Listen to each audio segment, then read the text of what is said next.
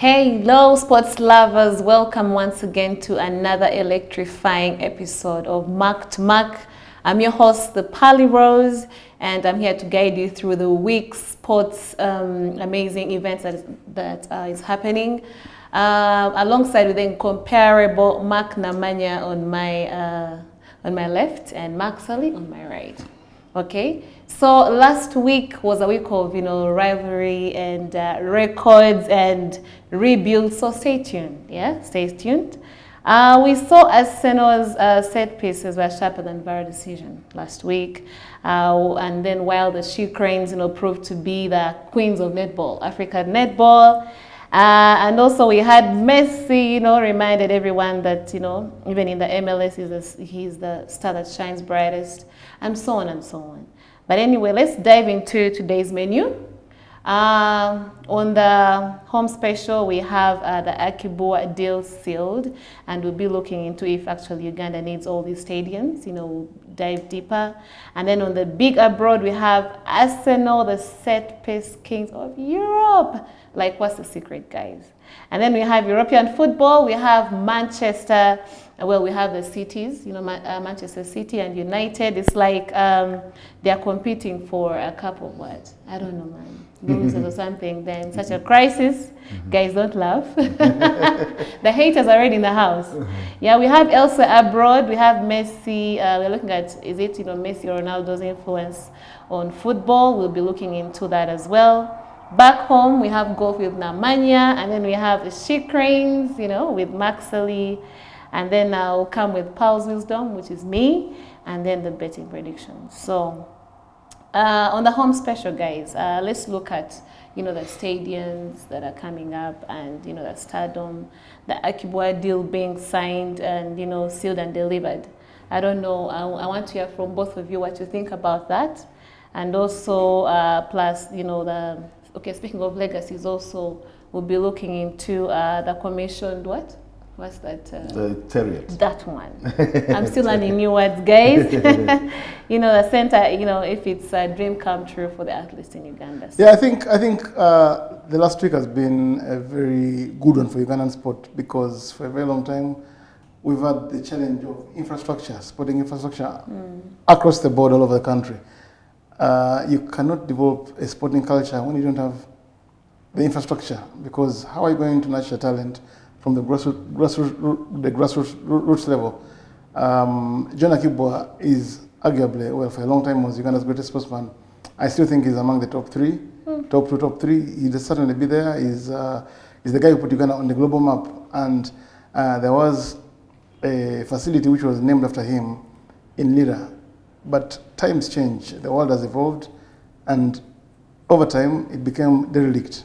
And because, of course, of a lack of proper maintenance and then government neglect, the governments of years gone by along the way, and it went, if I may say, obsolete. So for a very long time, that Akii Bua Stadium was there in name, but in essence, there was nothing. I've made a couple of trips in northern Uganda, and the place was a facility which could hardly host a sporting event of note. So, by the government tying up that deal, which committed to the reconstruction of a proper facility with a running track, with a football stadium, with an Olympic-sized pool and various other sports disciplines. I think that is something to be proud of as Ugandans, because you do not know how much it's going to transform that area of northern Uganda, how it's going to impact on the young kids who will be growing up aspiring to emulate Akii Bua. Right now, in the aftermath, of course, of people like Stephen Cheptegei, Boniface Kipsiro, and Dokas Nzikuru, and Joshua Cheptegei, and Kiprotich, and so many others. So, and that comes along with, of course, the refurbished Namanya. We know the work which is happening in Hoima with that stadium which is being fast-tracked to host games in the 2027 Pamoja. So I think these are very, very good times for Ugandan sport from an infrastructure perspective, we know that in Teryet, the President and the First Lady did officially launch that high-altitude training centre after 14 years of waiting. Ssali was there. I'm sure he'll be telling us more about what transpired there. So these are very good times, very, very good times for Ugandan sport. And I think if we maintain the steam, I think the sky is the limit for sport in the country. Yeah, you see, the question for some people has been, because of what has happened in other countries in the past, that they've built facilities because they have impending big major tournaments to host, and they've built facilities which have turned into white elephants because then they couldn't use them after. I don't think it's a worry where Uganda is concerned. Like Mark was saying, we have this Akii Bua stadium that's going to be built in Lira, and we have the Hoima stadium, as well as Namanya. The three are meant to be on standby to host AFCON 2027. AFCON 2027 is officially supposed to be hosted in Namanya and then in the Hoima City Stadium. But Akii Bua, if done and ready, could jump in. You never know. So many things change between now and 2027, and you might find that maybe Uganda gets a third host city and a third host stadium. And actually, Mark, that is preparations. Sorry, Mark, that is a possibility, because when we were in Gabon in 2017, Uganda's first AFCON in 39 years. Back then, AFCON was involving 16 teams, and it was hosted in Port-Gentil, Libreville, Oyem, and Franceville. AFCON is now expanded to 24 teams. And because this is a three-country bid, or rather a three-country AFCON, the first of its kind in Africa, in the event that Kenya or Tanzania, especially Kenya, are slow on one or two stadia, then the facility in Lira comes in very, very handy. Yeah, absolutely. So I don't think there's a worry for Uganda, even post-AFCON 2027, about us engaging those stadiums in a way that keeps them active, that helps them grow sport, and also the economies of those areas and in Uganda's as well, because because of the activities that can actually take place in those stadiums. What has happened in places where, like Gabon, where it's talking about, actually there's one stadium, one host stadium which they talk about, in which a tree has grown out of the center circle. And the trees. Yeah, because they cut down a forest to do the stadium in the middle of a forest. And they didn't have anything to use it with. A classic case of the proverbial white elephant. After years, so there've been a few issues like those. Even South Africa had one or two. But with Uganda, what they've done, the football people have not been very happy with it. I know, for example, the guys at FIFA have not been very happy with it. But when you look at the bigger picture in Uganda, what government has done with the infrastructure they've planned to build and the ones that they're building now is to make them multi-purpose rather than just only football. Ideally, the football people would want a stadium without a running track around it. It has a better feel. It's more specific to football than anything. But the ones in Uganda that are being built all have tracks. Now, the running tracks mean that you can, even when there are no football events, there's a few other things you can still do. Yes. And in the regions that that the stadiums have been taken to, especially in Akii Bua and Lira and all, because, with their history with athletics, is talked about John Akii Bua. I mean, it's criminal to name a stadium John Akii Bua and not have a running track. Yeah, absolutely, yeah. But with that history, and also the natural prowess of people from that region, from northern part of Uganda, genetics and history, and as well as the environment, have blessed them with people with athletic abilities, which have been gone unexploited. So you have an Akii Bua stadium that has got a running track, but not only the running track. Outside of that, like he said, you've got an Olympic-sized swimming pool. You've got outside courts for volleyball, basketball, netball, and badminton. You've got an indoor stadium, a 2,000-seater, which can also hold mass support. That's usually a basketball court, but it can also do volleyball and netball, and it can do those indoor things. So you can actually do a lot of things there. And we are talking also, there's also a 60-bed hostel along with it. So there's activities, economic activities around there that will transform Lira as a city completely and transform that region. But also it can be kept active. Hoima, same thing. And in Uganda here, one of the things we can do is, after we've hosted AFCON, the preceding years, we have qualifiers. We always play in qualifiers for CHAN We play in qualifiers for AFCON, and we play in qualifiers for the World Cup. So football alone can decide that each one of our 3 home games in a 4-team group will be spread around the country. So every year, each one of those stadiums can be guaranteed at least 1 Cranes game. You see? Wow. And then that is at international, at senior level, international level. Yeah.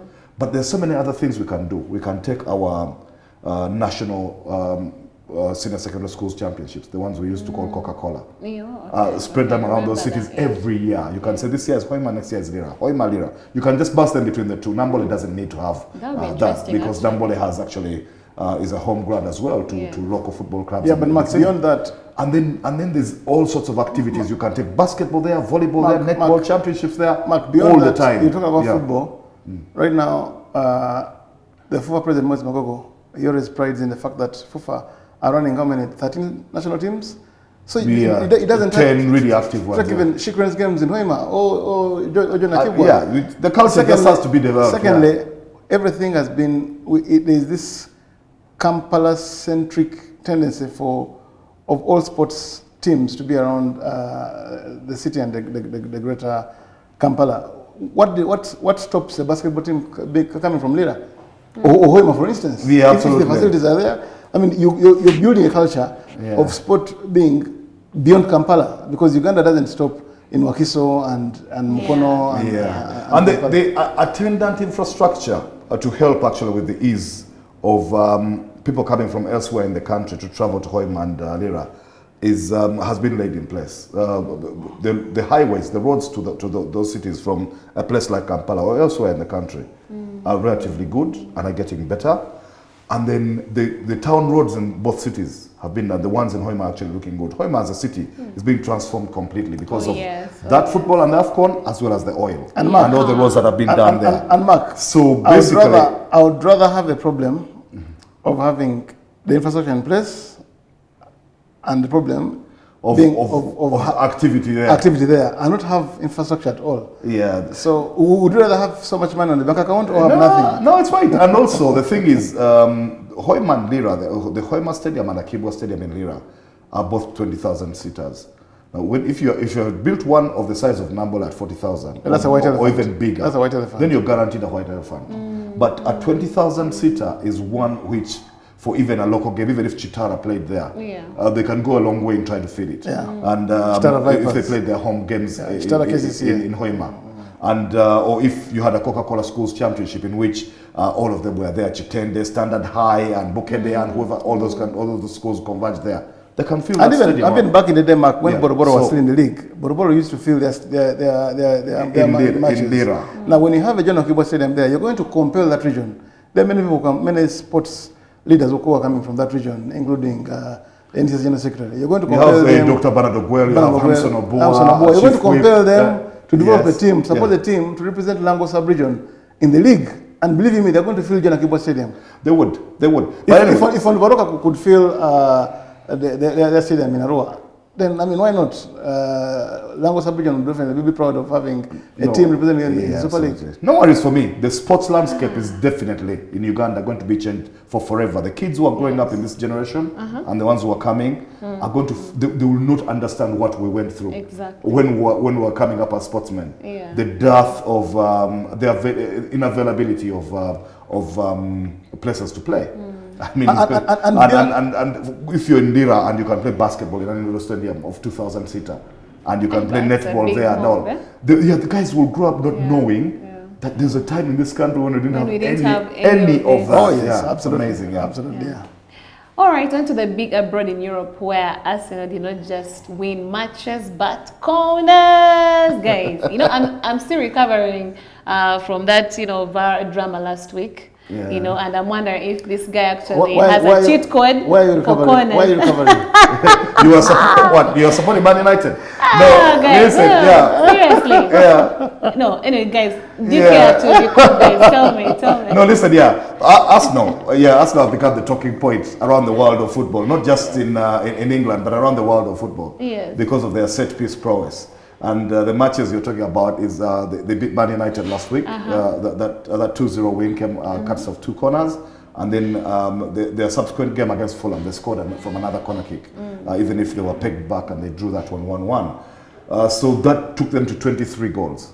23 set-piece goals since the start of last season. Yeah. And now, already 8 for this season, which is more than half of the 23. So, and that's before Christmas. So that means they're set to score even more this season than they did last year. And so they've become the talking point because of that. Now, what has happened is that all of a sudden they've thrust the Arsenal set-piece coach, is called Nicolas Jova. They call him Nico, fondly call him Nico, into the limelight. So much so that the whole world is talking about him.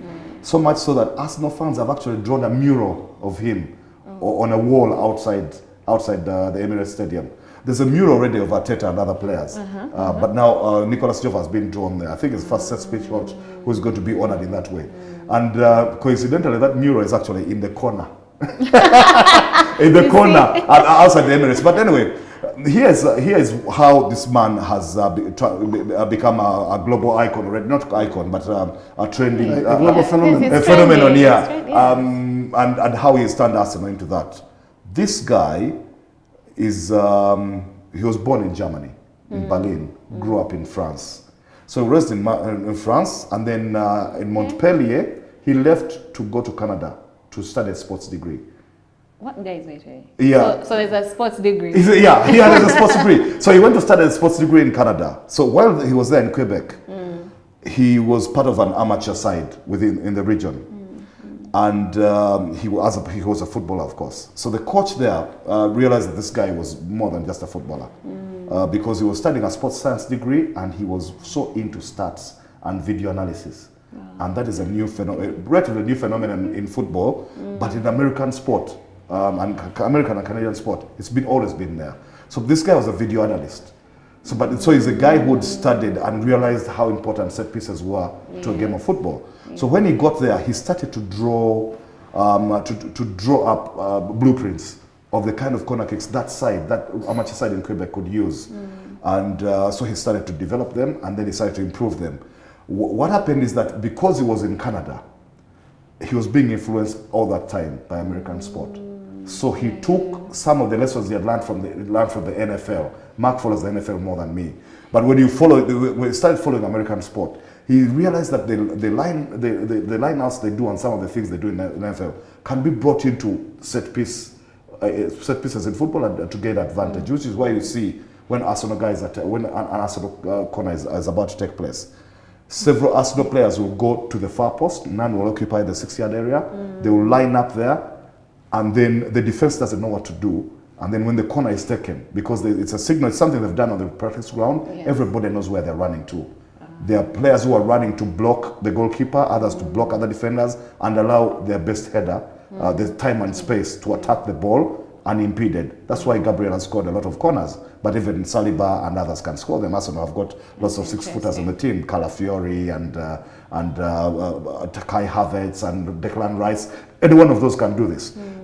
Even Timber, as you saw in that game against Man United. So he incorporated American sport into them. Some of the blocking, actually, as you see, they talk about American football a lot.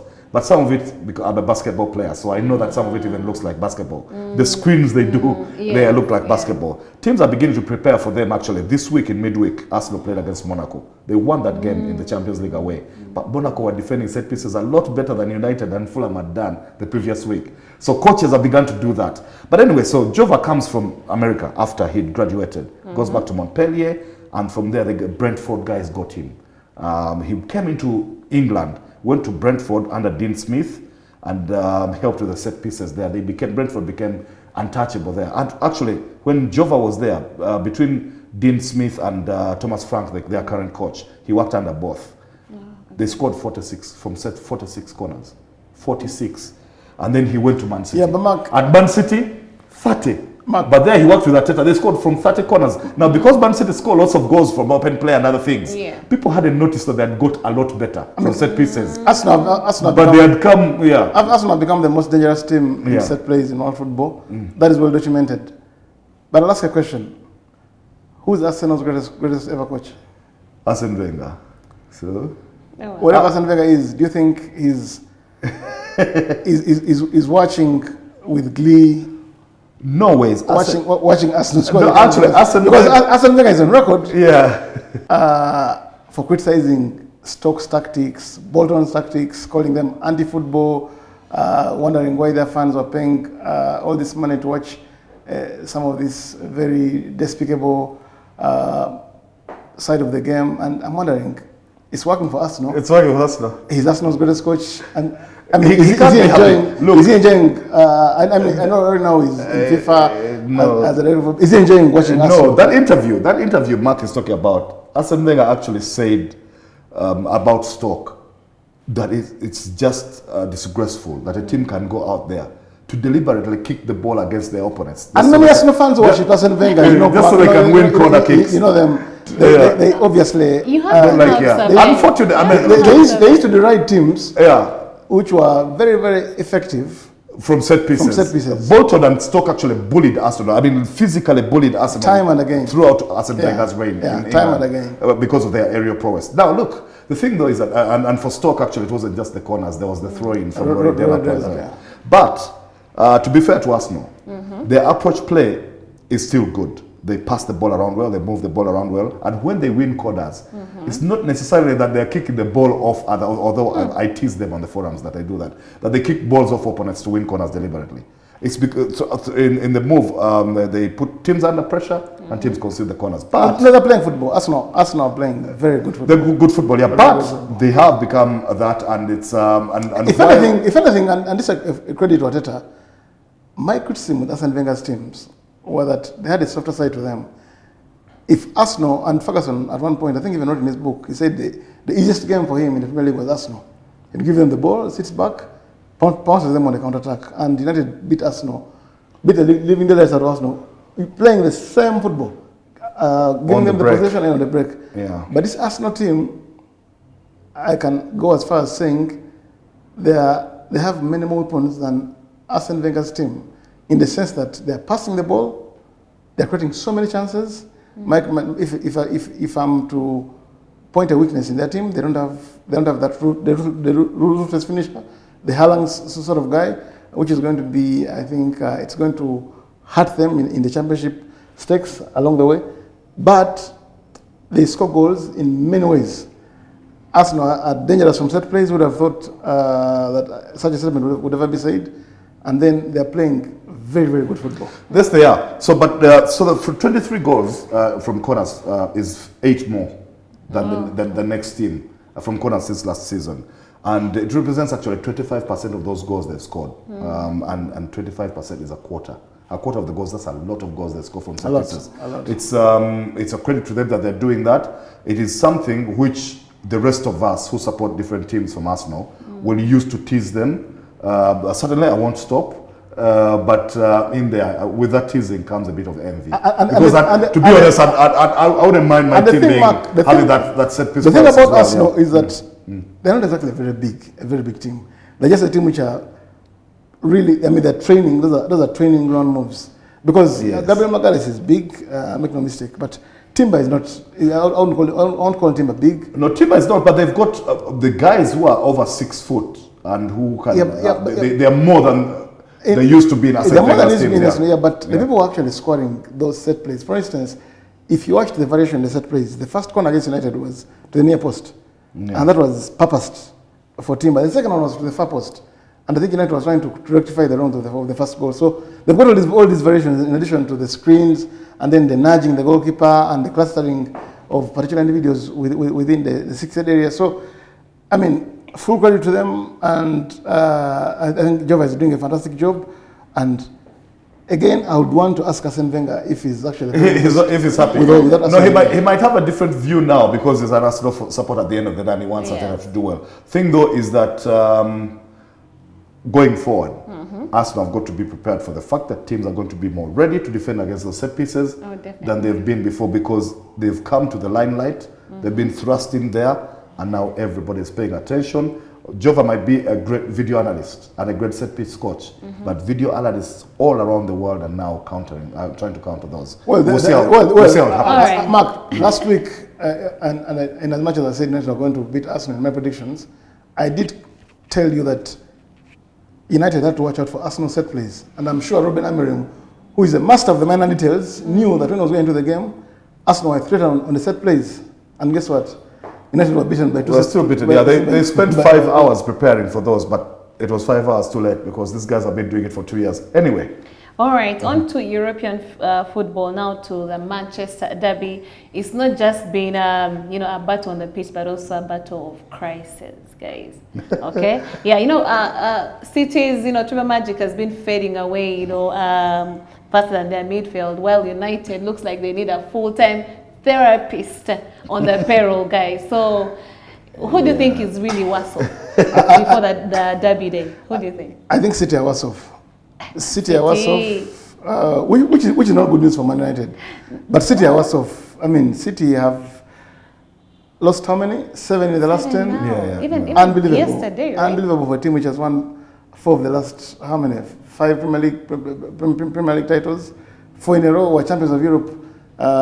Just the other season were treble winners, and they still have a team of, they have world-class players in that team. I don't think those players have moved from world-class to mediocre overnight, but there is clearly a crisis of confidence in that team. I think those losses have taken their toll on the team. We know that the injuries are well documented. We've spoken about them, and then some of the injuries keep on piling. But City right now, they need new blood. A shell of their former selves. I watched them against Juventus. Yes. And at one point, for the first time in the Pep Guardiola era, I watched a City team which was short on ideas, a team which looked well beaten midway through the game, and I would never have said this of Man City. It is okay to lose, but how do you lose? They have been playing so badly, by the way, and it's really been so badly is by their own standards, and that's where I would disagree a bit with Mark. Having said all of that, Mark, they can't be by Southampton standards. It's by standards. Having said that, though, I unlike Mark, I believe Man United are worse off than Man City, and this is why. No, I'm not just hating. This is why. Man City are still top 4. Wow. Man United are not going, for second season running, are not going to finish in the top 4. Regardless of what Ruben Amorim does between now and May, the sides that are in the top 4, the only team that can dislodge on current form is actually Man City. There's no catching Chelsea, but Mark, there's no catching Liverpool, there's no catching Arsenal. For United, regardless of what they do. United were not in top 4 last season. United's ambitions, Amorim has just taken over the team. I don't think his ambitions are actually even top 4. City have won the title 4 years in a row.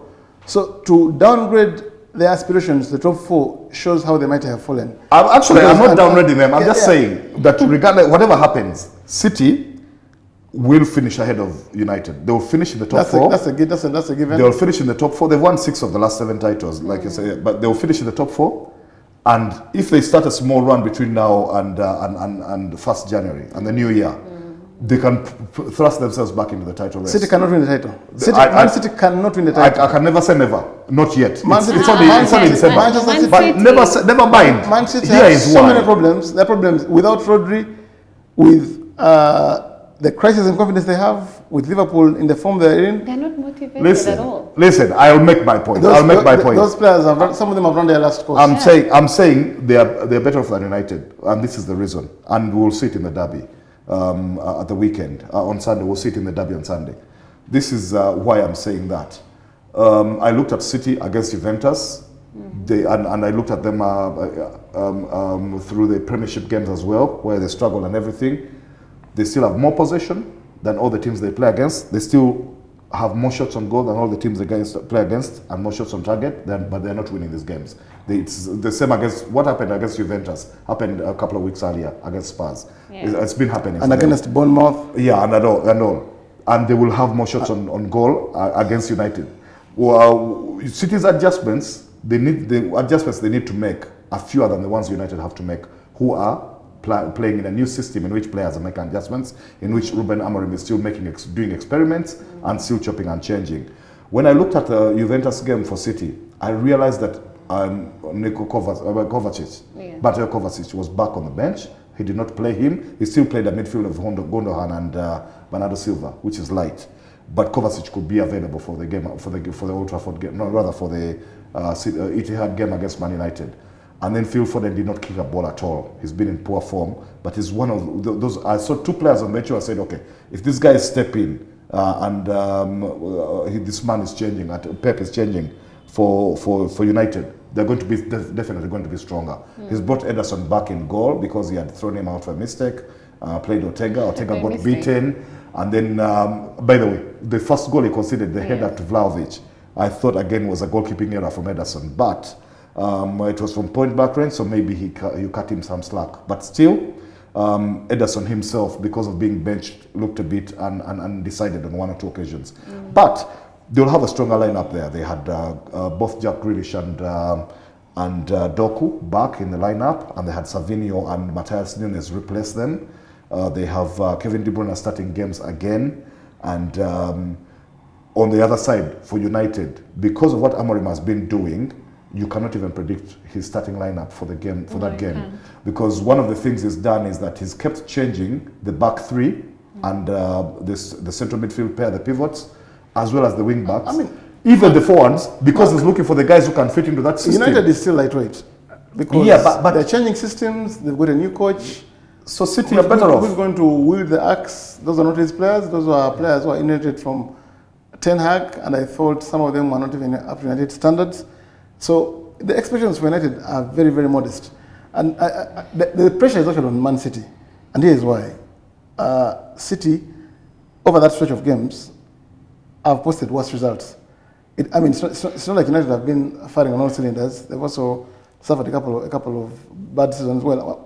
I think from the time when Ten Hag was fired, United actually had a change in fortunes when Van Nistelrooy took over. But over that stretch of games, United have actually played the better football. Or maybe not the better football per se, but they've posted the better results. City's ambitions are not like United's. For Ten Hag, heads have rolled at United. You've seen Dan Ashworth has resigned. Some say he was fired. There's talk that Jason Wilcox is going to step into the shoes. Many things happening for United behind the scenes. An honest United fan will measure his expectations of what this season is going to look to turn out like. But for City, they're out of the Carabao. They're not going to win the Premier League. Mark Ssali begs to differ. They're not going to win the Premier League. I can bet my bank balance. I do not think they're going to win the Champions League. I'm not even sure they're going to qualify for the Champions League. It remains to be seen.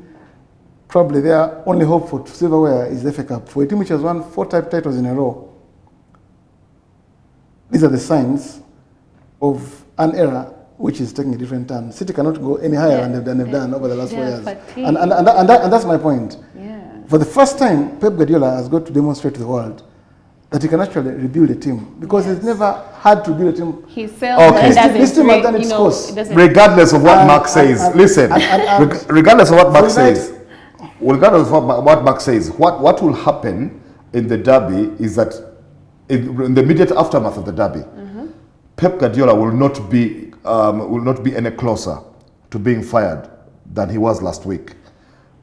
Ruben Amorim, if he loses the derby, will have lost a 3rd Premiership game in a row. Remember, he's lost to Arsenal and Nottingham Forest on the bounce. Now, while it might go quiet because of City's problems now, in the aftermath, it's going to be reminded there's no pressure in the world than the pressure on the man in the dugout at United. If City are looking in shambles and they go and beat United and look good against United and beat United, United will be, the pressure will pile on Amorim and those United players about what they're doing. This Man City... And maybe United need the defeat, because some of the players are not good enough. This man... For the 3-4-3, everybody is trying to play at United. Some of those players don't deserve to play. He's talking about Man United fans and realistic expectations and all, but they don't have them. You don't have United fans with realistic expectations in numbers. They're few and far between. And so, United have got to show up that they can beat a team. Which they can, and they've done it before. Which Bournemouth have beaten, which Nottingham Forest have beaten, which whoever have beaten. And I don't think they're going to, unfortunately. And what's your team again? I'm not saying. Well, I'm not saying. Okay. I'm not saying, but in the predictions we'll add to that. Yeah, we'll add to that. For me, it's United and worse of situation than City under the circumstances. Okay, all right. Moving on to elsewhere abroad. Let's talk about the Messi and Ronaldo era. Which is clearly not over. Yeah, we have Messi winning the MLS MVP. I don't know if anyone really would dare to doubt that. Yeah, of course. Then, I'm sure Mark is saying, yeah. And me, I'm like, but really? And then we have the Saudi Arabia's 2034 World Cup bid, which just gotten a green light, which raises a question. I think what's happening is it's now FIFA politics at play. Purely FIFA politics. The next World Cup is going to be in the US. Gianni Infantino, the FIFA president, is trying to promote that controversial FIFA Club World Cup. And that is why they had to manufacture Messi as the best player in the MLS. I don't think he was the best player. He didn't even play all the games. He was injured most of the time. So it is FIFA being FIFA. I'm the biggest Messi fan there is in the world. Wow. I'm actually shocked that Mark has said that. I was bracing for an argument and then Mark comes. I don't think Messi. But the thing though is that, FIFA, first and foremost, have got to play the politics of the game. They've got to sell the game. And Messi, the World Cup winner, is the reigning Copa America winner, is the poster boy of FIFA. So that is why they've got to project him as someone who's still at the peak of his game, in as much as we all know that he's on the wane. So if you look at it from that perspective, then you can understand why FIFA are doing what they're doing, in as much as it puts the game in a very, very different shade of light. So I do not. I see why FIFA are doing it, in as much as I don't approve of it. Yeah, the thing is, this is it. There's no denying the influence Messi has got on football, as there's no denying the influence Cristiano Ronaldo has got on football. And those two events show that. Messi played only 19 games in the MLS. But in those 19 games, he was heads and shoulders above everybody else. He was better than anybody else in the MLS. 20 goals and 16 assists is 36 goal involvements in 19 games. It is mind-boggling. But it was just 19 games. Wow. And when they got through the MLS, even if they had set a points record, they were beaten in the first round of the playoffs by the Atlanta United. And actually, Messi is going to be a spectator this weekend when the final is played between the LA Galaxy and the New York Red Bulls, where our man Ibra Sekaja coaches. So those two teams are going to fight it out. Ideally, if you're the MVP, you would have wanted to steer your team to the finals, through the playoffs and to the finals. The way American sport is structured. But he has not managed that. And beyond that, Mark. But still he gets the MVP. Yeah, because Messi's team, Inter Miami, were controversially coopted into the FIFA World Cup. They have been put in the FIFA World Cup. It was expanded so FIFA could make it more global, make more money off it, and fight off all these other supposed competitors that want to come into the market, especially the Europeans who want to form their own Super League. He's fighting them with the Nations League and an expanded World Club Cup and things like that. And he has changed. They've changed. UEFA are helping FIFA in there. They've changed the format of the Champions League just to do that as well. But anyway, actually, what even most controversial is that AFCON 2025, where Uganda is going to play in Morocco, has been pushed to December because of FIFA Club World Cup. You know, who would have thought? It's never happened before. It has never happened before. African nations happening in December, and that's because Infantino has got to get his way because of promote. Yeah, because you can imagine Inter Miami, the FIFA World Club Cup was designed to be between the teams which are the best on different continents. Yes. Yeah, the ones which win their continental championships come into it. But now it's been expanded and other clubs have been included which are not champions. And they've even included an Inter Miami who won the Supporters' Shield. All they did was win the Supporters' Shield in the US because the champions are different. But anyway, there they are. They're in a group with Flamengo of Brazil. They're in a group with Flamengo of Brazil as well as Al Ahly of Egypt and a European team. But listen, Mark, if you're in the US, for the World Club Cup, if you're in the US, would you rather watch Flamengo against LA Galaxy or DC United, or you'd rather watch Flamengo against Inter Miami, which has Luis Suarez, Sergio Busquets, Jordi Alba, Lionel Messi. Yeah, that's exactly what they're doing. And I don't know if they have included Al Nassr in the World Club Cup, because I don't think Cristiano Ronaldo is there. They've not. Actually, but now having that was said my that, question. Do you think he's plotting to play at age 49? Cristiano? no, not at 49. He won't be in the World Cup at 2034, but he will be there as a FIFA ambassador or a Saudi ambassador. Saudi Arabia might actually adopt him the way Qatar used. But the way I see it, I think Ronaldo will probably be in the US World Cup. 2026, he's fighting to get there. But what he has done is that his influence, the Saudis came into sports in a very, very aggressive way.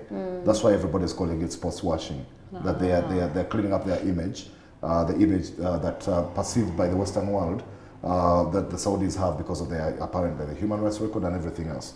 And they're cleaning it up with sports washing, which is why they've taken over golf, they've taken over world boxing, they've taken over world tennis. World finals are played there, ATP Tour finals are played there. There's an F1 event in Riyadh. Yeah, F1, Formula 1 and everything, and now but actually for me, now they've got a World Cup. For me, Cristiano has... I think the Saudis, beyond even actually Cristiano, what the Saudis did in winning this World Cup, Mark, is very unprecedented, because usually the World Cup is rotated around continents. Yes. So in 2006, you had Germany hosting it. Yeah.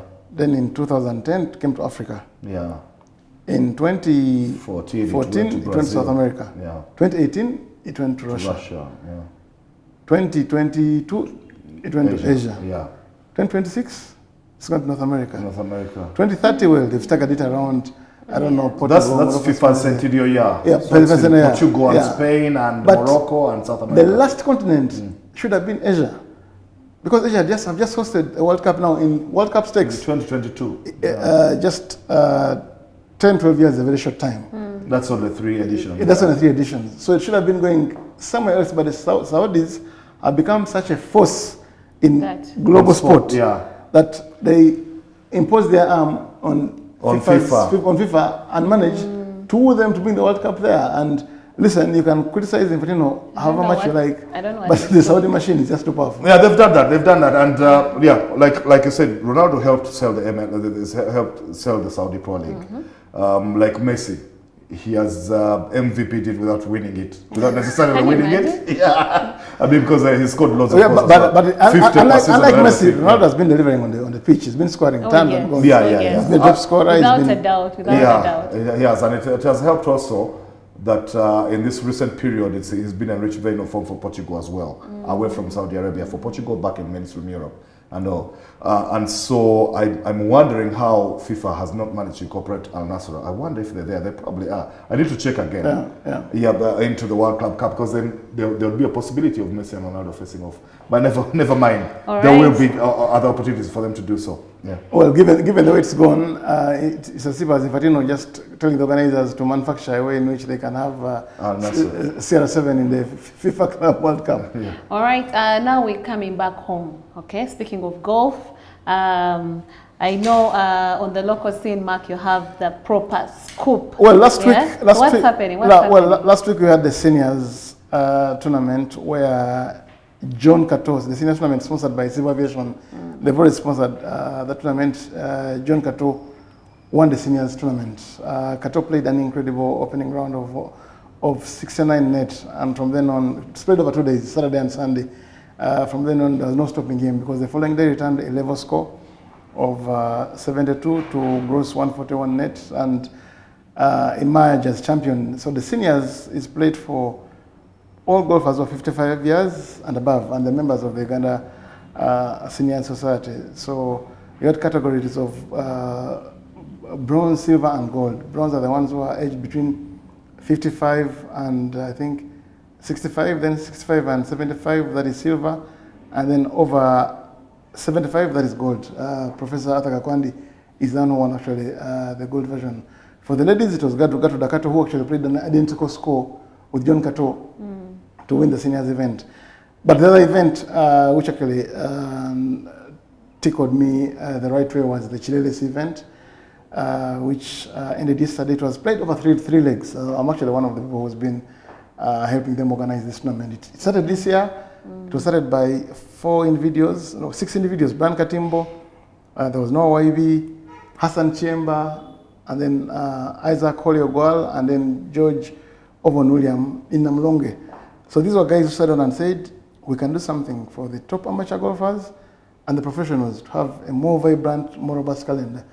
So they started events within the courses. First Namlonge, then they came to Uganda Golf Club, to Chitante, where all the players would just, each individual would raise 100,000 shillings, and then they'd have a kitty. The winner would take, I think, 50%, then 40% for the second, 30% for the third golfer.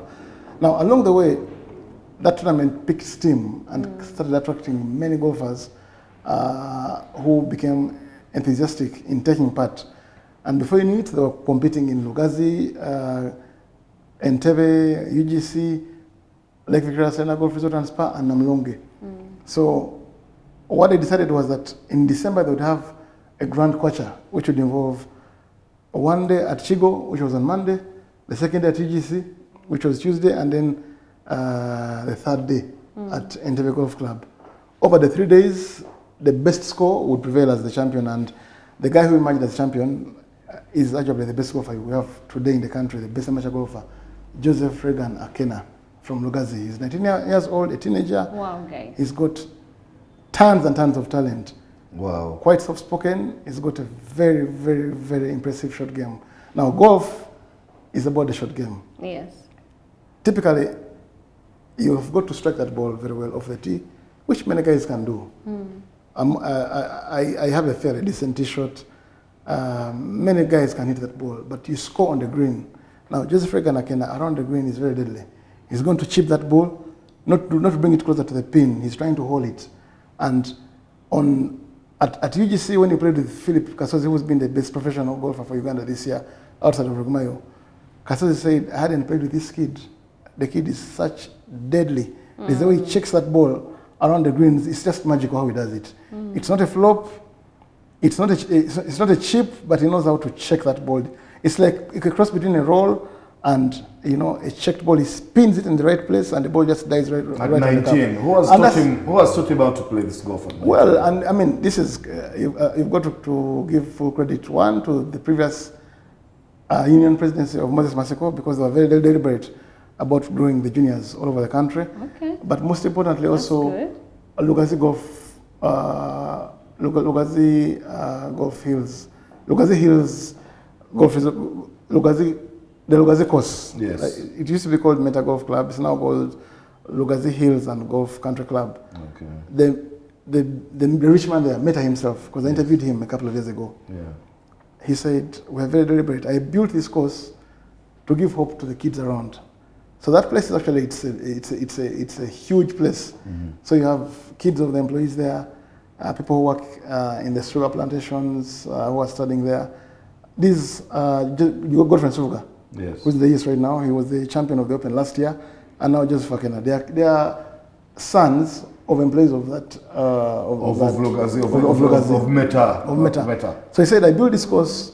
He likes golf, but just to give hope to these kids. And guess what? Right now, Akena is an embodiment of what the man Meta envisioned so many years ago.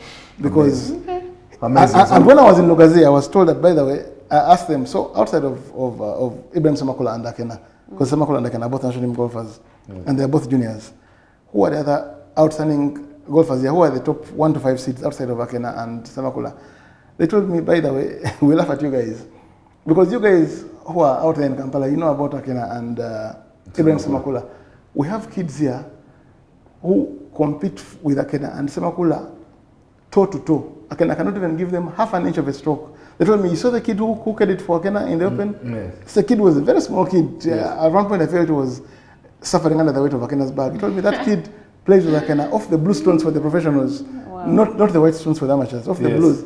And Akena can't even give him half an inch of a stroke. Because those kids are talented, they'll compete with them toe to toe. So Lugazi is a hotbed of talent, and I'm very happy that the Uganda Golf Union purposed to take next year's tournament to Lugazi. That's why the Open will be held, both for the ladies, for the amateurs, the professionals, and even the seniors, because the things those kids are doing, having grasped the game, they have natural, pure, unadulterated swings from the ages of 10, 11, 12, 13, and 14. And believe you me, that is going to become a gold mine of Ugandan golf talent. Wow. Okay, now that was golf. Now on to the She Cranes and the Africa Netball Cup. Just tell us, because these guys have really made our country so proud, and I want to know what's next, for netball for Uganda at least. Okay, so the She Cranes are playing at the Netball Africa Cup right now in Namibia. They had a false start, opening day, lost to Zimbabwe, 50-49. That was a shocker. We are in the same group with Zimbabwe, Eswatini, and the host Namibia. So they lost that one 50-49. Well, a couple of mistakes at the end of the first half and in the second quarter and the end of the game itself. But they've recovered since. Beat the host Namibia in the second game. That was they beat them 45-34, and then beat up Eswatini quite badly, 85-34. It was a 51 goal difference in there. So they have recovered, but because they might not win the group, Zimbabwe is going to win that group. Looks like the She Cranes are destined to play against South Africa at the semi-finals. South Africa and Zambia look like they're coming out of the other group as first and second. So you would have loved to avoid South Africa at the semi-final stage and hopefully play them in the final. But then they still have to take care of business. They've done well. I've watched the games, and I look at the first 7 and the substitutions, and I'm seeing a very strong She Cranes team. Farida Kadondi, who plays her netball in the UK now, is our goalkeeper. We have a goal defender called Gloria Aya, and the wing defender called Sandra Nambirige. Those two are interchangeable. The goal defender and the wing defender actually are interchangeable. They've changed roles I've seen in the 3 games that I've watched, because I've learned a lot of netball watching this one live deliberately. And then they've got a center. Margaret Bagala is a shoe-in as center. She's always playing as center. For the 3 games I've seen, she was not changed. And then they've got a wing attacker called Joyce Nashibule. But I saw that they changed out with Messi Namulanzi for the last one.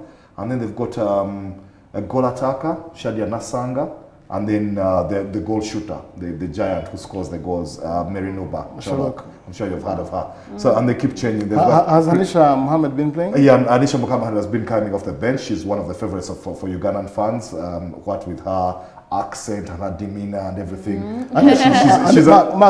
She's a beautiful girl. But she's a very beautiful girl. She's actually the poster girl, I think, of the She Cranes team, regardless of the fact that she's not a starter at the moment. But she comes off the bench, so does Christine Nachito. And I met her in London, and a few others, that was, I think, early this year in Jan. Yes. When I went for the FIFA Ballon d'Or, and she was I went out with her with the team at the team hotel where they're staying, and she's very confident, well spoken. She's so well spoken, articulate, and I think one of the things which has done a lot of good for Ugandan netball is that right now we have exposure. Our girls are very exposed. Yes, I think from the president of Peace Proscovia, playing abroad. She was playing in London, then she went to, I think, Australia. And then you have, I think she opened the way for people like... Kadon is playing in the UK, and Mary Nuba is playing in the UK. And now you have Hanisha Mohammed. So our girls are exposed, and when they come up even at the highest level, and they are standing toe-to-toe against New Zealand, against Australia, against England, they're not going to be intimidated, because they've been competing against some of these players in the leagues, the various leagues, and it means a lot, because previously when you're coming from Enikia, from Posta, and then you board the plane, you're going to be, there's that bit of a culture shock against the favored best sides in the world. Yeah, so semi-finals on today Saturday and finals on Sunday. Hopefully we are going to be in those. We'll see how that goes, but the She Cranes flying the flag. Okay, thank you so much for that. Now on to Paul's wisdom. I like to drop a gem here and there. And today's wisdom is coming from the world of Arsenal set pieces. Yeah, listen to this. Wait a minute. So sometimes, sometimes it's the smallest, the tweaks, the positioning, the timing that always lead us to the biggest wins. Okay, so this can be in football or any aspect of life. That's what I can say, because those details actually really matter, like we've been watching earlier on, and how we spoke about Arsenal and how it's been playing. And right now, let's get into the predictions. That's the betting predictions. Yeah. We've got some juicy match-ups this week. Let's start with the Manchester Derby. You know, I don't know, can United pull off a surprise or will City dominate? Well, I've already said in our as we're doing our analysis that Yes. I think Man City still have the edge in this one. I see City beating United, and I see a 3-1 scoreline. Okay. United have been poor in the last 2 games. They can't play any worse. City have a confidence crisis. They just can't, they've forgotten how to win games. Yes. I'm going for a 1-1 draw. Okay, and then Arsenal versus Everton. Surely the Gunners have this one in the bag, right? Yeah, they too have started a bit recently, but I think they've bounced back now. They've recovered. They won in the league at the weekend, and they drew against Fulham. I thought they started, but they won again in midweek against Monaco. I believe they should beat Everton at home, but it should be tight, and I don't think they'll keep a clean sheet. I think it'll go 2-1. I'm going for Arsenal 5-0. Hey, guys. Hey. 5-0 Arsenal. I was torn between 5 or 6, but I'm going for 5-0. Okay. All right. Then we have Liverpool, Fulham. I don't know if this feels like a potential goal fest. I don't know what you guys think. Yeah, it's meant to be, but it won't. Fulham will keep it really tight. Liverpool will overcome them. I'm going for another 2-1. So I have tight predictions this time. Liverpool 2-1 against Fulham. Yeah, and that's a Liverpool win. 3-1 Liverpool. 3-1 Liverpool, yeah. Okay. And then PSG versus Lyon could be a test of, passions, shaky Well, yeah, form, it remains one of the biggest fixtures in France, even if Lyon have fallen off the rails a little bit. PSG, they've started in Europe. They're playing poor in the Champions League, actually. They are now they are 25th and outside of the 24 teams that will play in the playoffs or qualify automatically for the last 16. But in France, they've been winning, and I think they will, especially because these are the Parc des Princes. I think they'll beat Lyon, and I think it'll be 3-1 as well.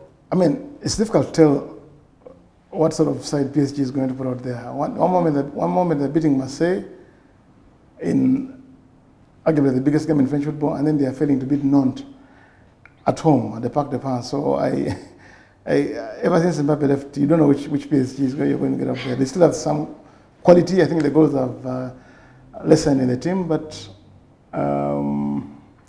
PSG Lyon, I'm going for 1-1. Okay, on Monday we have Lazio taking on Inter. That I'm going for a draw in Rome. Inter are the better side, of course, but I think Lazio will put up a fight. I'm going for a draw, that 1-1. Stadio Olimpico, Inter, I think they're going to bounce back from getting beaten in the Champions League by Bayer Leverkusen. Last year, good. Inter better. 2-1 away for Inter Milan. 2-1 at the Stadio Olimpico. All right, and come Wednesday, Wednesday brings a Monaco versus PSG showdown. Yeah, that's a tough one. Actually, Yes. I'm thinking I'm going 1x for that one. I'm leaning towards a draw between Monaco and PSG. But should there be a winner in this game, I think Monaco will beat PSG. Okay. Yeah, it would be Monaco to beat PSG, even if I'm leaning towards the draw more. Yeah. Yes, Mark. 2-0 PSG. Okay. 2-0 PSG. Well. I get it. All right, guys. Thank you so much for tuning in today on Mark to Mark. As always, we always bring you a fun filled weekend full of sports and banter and predictions and all that. Don't forget to follow and like and subscribe. Also put in the comments down below. Also talk about your predictions and all that. Till then, I'm your host, Parley Rose, and maybe one thing I can say is that in life and also in football, always aim for the top corner, yeah? That's what I can say. Till next time, guys.